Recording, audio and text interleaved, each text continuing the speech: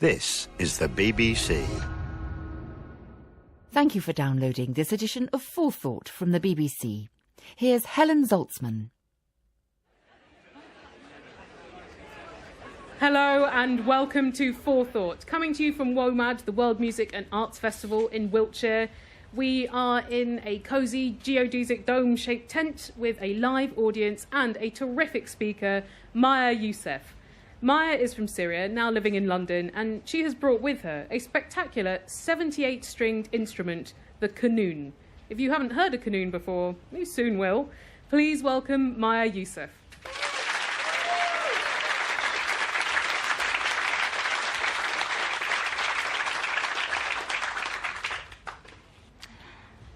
I was born in beautiful Damascus, in a fifth-floor flat full of books and vinyl.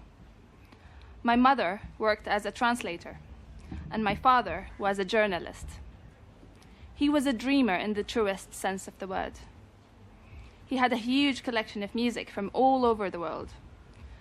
Arabic classical, jazz, fusion, world, Tibetan monks, Western classical. He loved Jan Garbarek and Miles Davis. We would dance to Shabmami and listen together to Bach, Ravi Shankar, and João Gilberto singing his mellow bossa nova. So I have loved music all my life.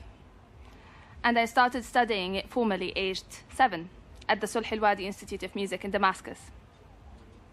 When I was 9 years old, it was time to choose an instrument. My family bought me a violin, which I reluctantly agreed to learn. I just didn't feel the connection with it.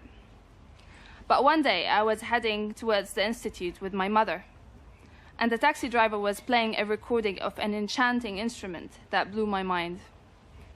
I will play you something like the music I heard that day.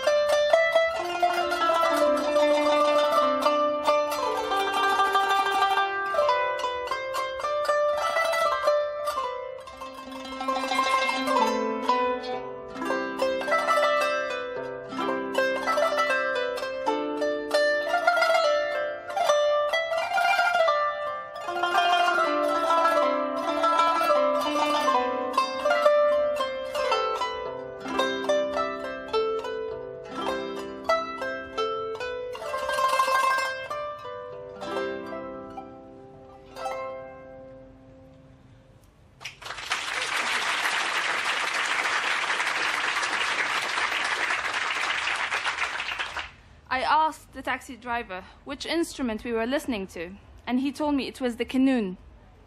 I told him that I was determined to learn it. His reply shocked me. He told me I was a girl, and that girls just don't play the Qanun. This is a man's instrument, he grinned, played only by men. He advised me to forget about it. Well, I should thank that old-fashioned taxi driver. He lit a fire within me. I challenged him and said, I will learn the Qanun. He laughed.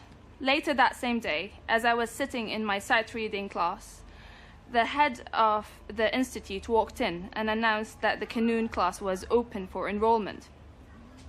I immediately joined, with the full support of my parents, who had given up their hopes that I would one day be a great violinist. They replaced it with a Qanun. The Qanun, for the benefit of those listening on the radio, is made of wood and skin, with 78 strings, plucked with my plectrums, held in a ring on each of my index fingers. The years passed. I grew up playing the Qanun, and the Qanun grew in me, up to the point when the war started in my homeland in 2011.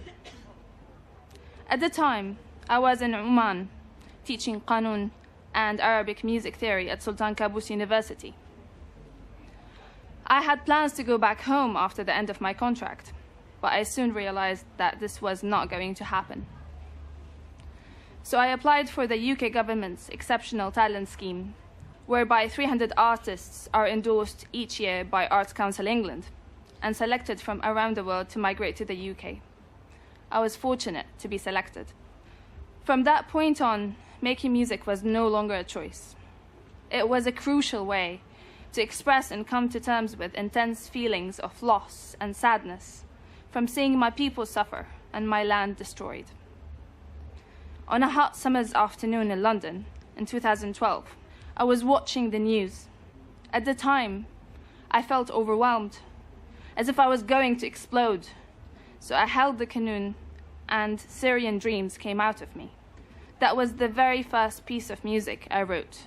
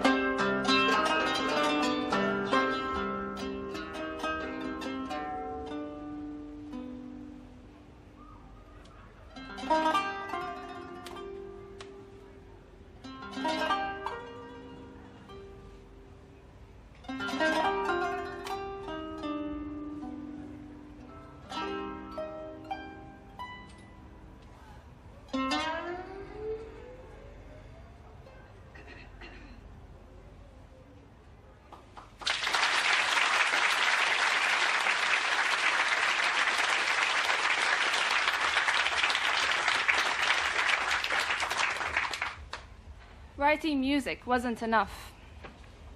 There was a burning question inside of me. What can I do? How can I be of service? Playing in benefit concerts to raise much-needed funds for refugees was wonderful, but it did not put out the fire inside. And that led me think even more deeply about the Qanun, about its power. And I realized that it, above any other instrument, is the sound of Syria, the sound of home. And I realized that I could use that power to bring relief to people who have left their home behind, particularly children the most vulnerable. I played a concert in a refugee center in Aalborg, Denmark, and afterwards, a 10-year-old child approached me and said, "Your music brought back the memory of our beautiful days in Syria, and the smell of lemon and jasmine." Another woman added, "I haven't felt happy like this for a long time." I felt joy and grief at the same time hearing this. In 2013, Max Reinhardt asked me to join Oily Cart, a theater company dedicated to children with special needs. I said yes, not knowing that this would be a life changer for me. During my work with Oily Cart, I came to understand the healing power of music. The transformative effect of musical storytelling was clear. I could see that I could do something similar for Syrian refugee children, and so I started to do that in camps in Lebanon and with children here in the UK. I know this is a drop in the ocean. I also know it will take years to heal the wounds of war, but that's what I can do. Once a 9-year-old girl told me, after listening to me play, I felt my power. I felt I can do anything. I had a big smile on my face. In Syria, over the last 6 years,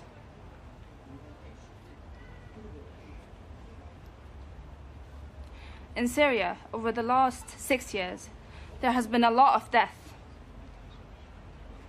There's no end in sight. That taxi driver, who without meaning to change my life, where is he now? Dead? Maybe? When will I be able to hug my parents, who I didn't see since the war started?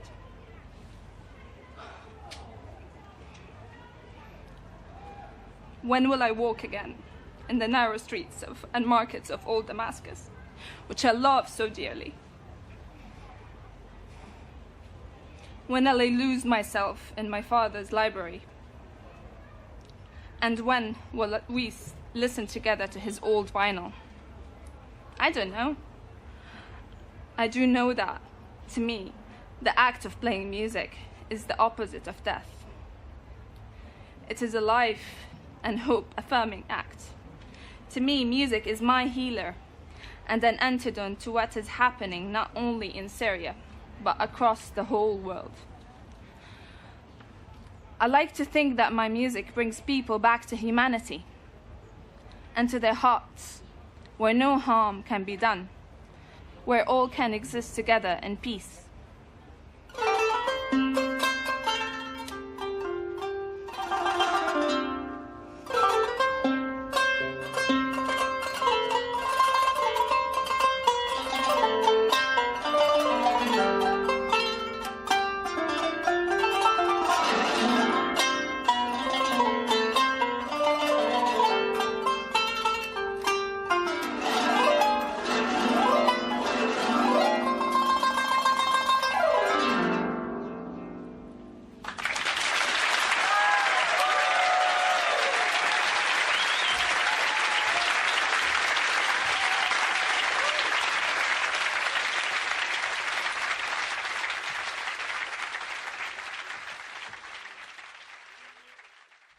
The speaker in Forethought was Maya Youssef.